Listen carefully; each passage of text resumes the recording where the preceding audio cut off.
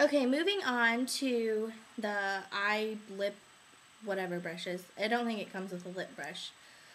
But these two, we're going to talk about these two.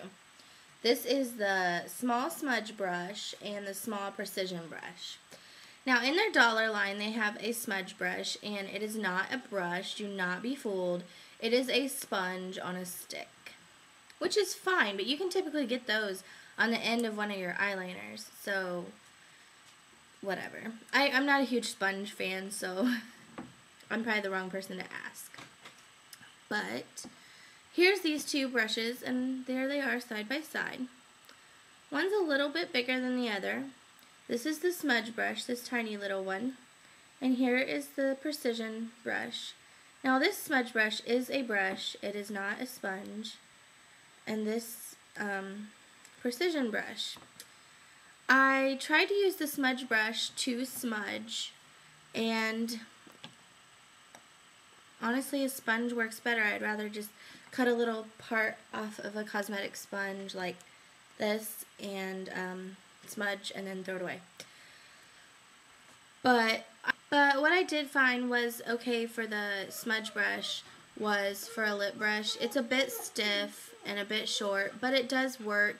It gives you good precision, like for your Cupid's bow or whatever. So it's okay. The small precision brush, I found very little use for it except for applying eyeshadow in your outer V if you're looking for a very tight outer V corner color. So yeah. Okay. On to the other little brush. This is the angled brush, small angled brush. It's soft, pretty good. I used it for a cream liner, and it works great. There's nothing wrong with this brush. Their eyeliner brush in the dollar line is straight across, and I don't like it. I do much prefer this one. So just to let you know.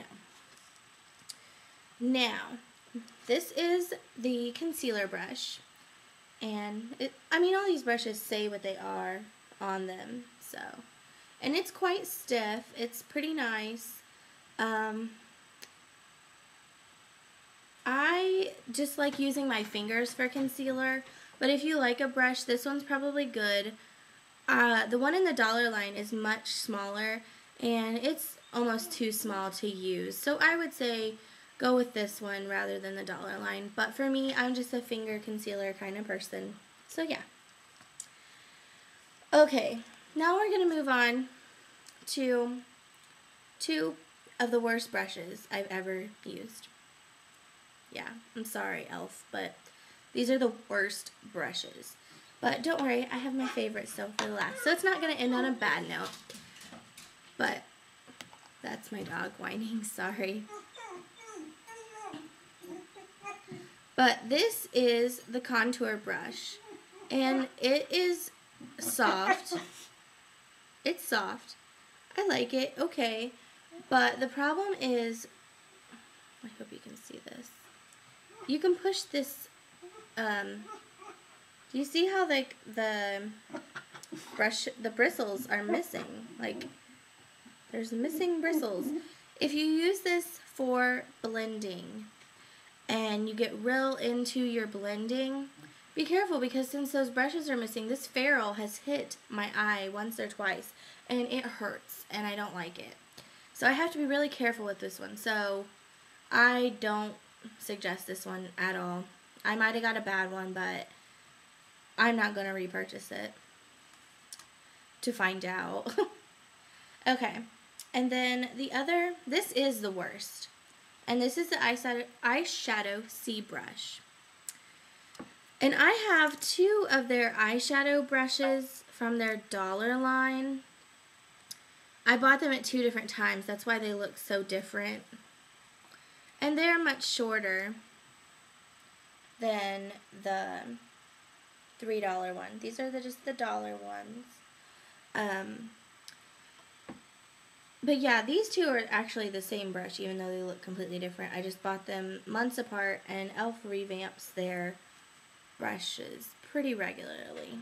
So, but both of these are like my favorite eye brushes ever, along with their dollar professional defining eye brush, which is angled. And I like the angled one to put on my highlight. But yeah, these, I would go ahead and buy 3 of these instead of wasting $3 on this. These are packed full. See, when I push it over, there's no ferrule showing. It's just the brushes are bending over instead of scooting over.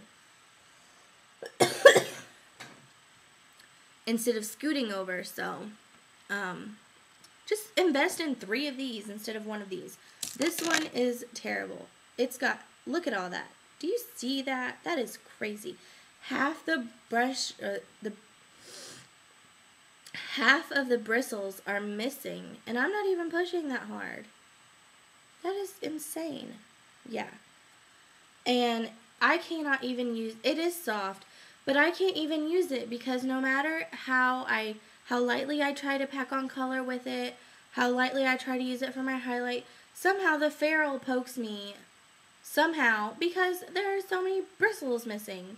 So I do not recommend this one. If you have one of these that doesn't do this, please let me know so I can give it a fighting chance, but I've had a terrible experience. So that's my thoughts. Now on to my favorite brush of the Studio line, and I only have one. I really want more than one, but I'm working on Project Tin Pan right now, so I can't get one. But this is their powder brush. And I'm pretty sure everybody else loves this brush too. It's great. It is the softest of all of them. Like, I wish you had feel-o-vision. This is the bristles, and they're super soft. And you can tell that the top is, like, soft. You can just tell because it looks different than the bottom here. It's super, super soft, super dense. It's great for, like, I would even try to use it for a mineral foundation. I'm not a huge mineral foundation person, but I would try it for that. I think it would buff it into the skin quite nicely. I use this to put on my powder. I use this once I've put my blush and bronzer on. Sometimes I get it too heavy or sometimes they're not blending together nicely. I use this to blend. And what this is also great for is liquid foundation. If you're going to stipple and go for the airbrush look, this is perfect because it stipples great, it holds the product great, and then once you've done stippling it on, it'll blend it in really awesome. I wish, if e.l.f. is actually watching, which I don't think they are, but if they are, can you make a small version of this? Because that would be great for high intense color on blushes, and it would be great for more precise foundation application. But I love this brush. I recommend you go out and get one. Try it for yourself. They are really, really great. But overall, like I said, I paid $15 for my set. It retails for $30, and it just looks like that. That's the inside, and it closes up, zips up, just like that. This is slicky stuff. So even if you spill something on it or whatever, it'll wipe clean. Considering there's only a few brushes that I liked in it, it was worth $15 to me, but probably not $30.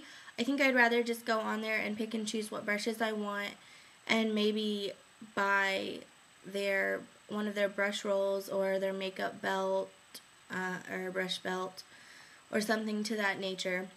But if you're interested in any of these, it's eyeslipsface.com. I'll try to get a link in the sidebar, like I said.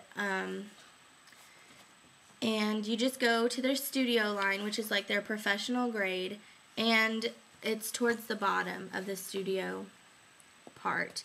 And it's got all their brushes, and this is just one of their selections. You don't have to buy this set. There is another set, maybe 2 or 3 more sets, and you can get your cleanser and your shampoo and everything for your brushes there too.